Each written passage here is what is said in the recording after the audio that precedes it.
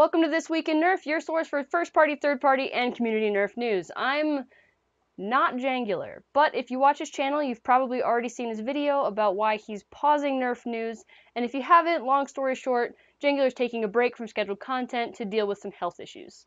We love his show, and it's often one of the only Nerf videos we find time during our busy week to actually sit down and watch. We have so many fond memories of watching the video on Saturday morning while we're getting ready for a war, and we felt compelled to keep this going. We're not sure how long Jangular's planning on being away, but we'll do our best to keep it going. One small change besides me being your host is that we'll be uploading videos on Sunday instead of Saturday. First up is the Fortnite suppressed pistol. I don't know where this leak came from or why Lord Drac is tagged in the image, but this is a thing that exists. This is inspired by the silenced pistol in the game and looks to be either breech-loaded like the Falcon Fire or have an internal magazine like the Magnus. It has a detachable silencer for tactics. It'll likely be a big hit among younger Nerfers out there and gives cosplayers more options for props. In availability news, the rival Hypnos, Mega Bulldog, and Ghost Ops Shadow are available on Amazon, with the Hypnos being $49.99, the Bulldog being $19.99, and the Shadow being $45.95. It should be noted the Shadow is currently being sold by a third-party vendor, so we might see that price come down when it's sold by a direct vendor like Amazon or Target. There's no word yet on whether these are exclusives or if they'll be available in other stores. There are reviews available for all of these blasters, so check the description for those. Also, in terms of availability, the Zombie Strike Nailbiter has also been found, so we'll go to the field, to Qualcomm, for more information on the Nailbiter.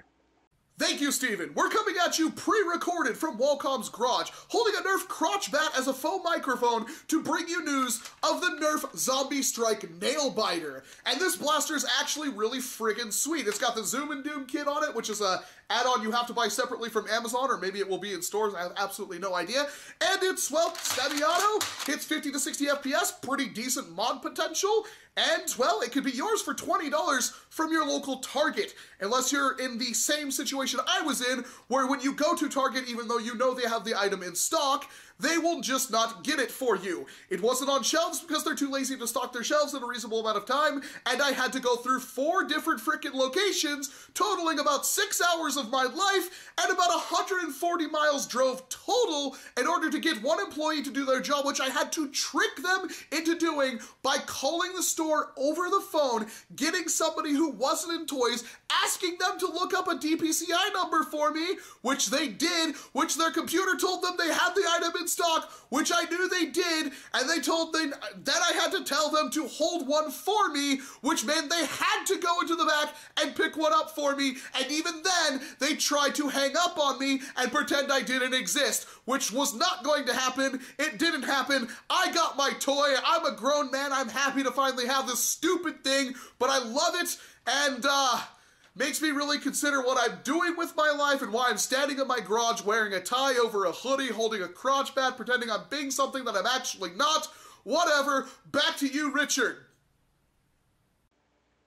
Thanks, Qualcomm. You really nailed it. Worker has released their version of the Caliburn, or Holy Sword. Before you get your pitchforks out, Captain Slug has been working with them and is receiving a portion of the sales. Probably doesn't mean much to people in the US because the price isn't that competitive at $120 on sale, but the difference in shipping could definitely make it worth it for international customers. The other thing worth thinking about is that F10555's print quality is astounding and Slug's is just okay. But we've all heard horror stories about Light Take / NF Strike / Worker Kit. Yes, they're all the same company. Worker Kit isn't actually Worker. We've heard horror stories about their customer service, and Captain Slug has 5 stars on Etsy. Shipping speed for the US is likely going to be about the same because it takes about a month for packages to arrive from China, and Captain Slug is but one man and can only print Caliburn so fast. There's a conversion kit for the Kronos to accept Worker Talon mags floating around on Taobao. I'd love to get my hands on one of these and try it out. The Kronos has a pretty large plunger tube and has already been converted to use katanas in the past. A kit would go a long way to making this mod more accessible. Nerfers in Europe are getting a new vendor to call upon for their Nerf modding addictions. Blaster Time is run by Foam Focus, which also runs a Dutch site. More options are always better for the community, and hopefully this will help make some parts more easily accessible for European Nerfers. Link to that store in the description. A video was posted of a production run of a new blaster from a new company called the D-Dart. I think it looks super cool with a drum that rotates around your arm. The performance looks low, but that's always been standard with stock blasters. I think the most interesting thing is that there's no ratcheting between any of the shots. It all rotates in just a smooth motion. The site indicates they're currently looking for distributors, so it doesn't look like there's any availability yet. Now it's time for Mod of the Week. Do you find loading and using Vortex drums to be annoying? Well, you're not alone. Reddit user Epic Nerf took it upon himself to make a 3D printed 57-round Vortex magazine. I believe they're using our drum springs to advance the follower. There's no word yet on price, availability, or if the files will be posted publicly. But it looks super cool. Video of the week. This week's video comes from Dart Dragon. It features End Wars Mission 4, the Night Mission. Dart Dragon's End War footage is wonderfully edited and gives a very good sense of what it's like to be in the action.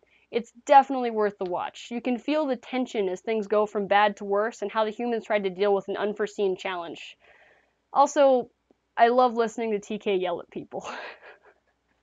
Thanks for tuning in to our first episode of This Week in Nerf.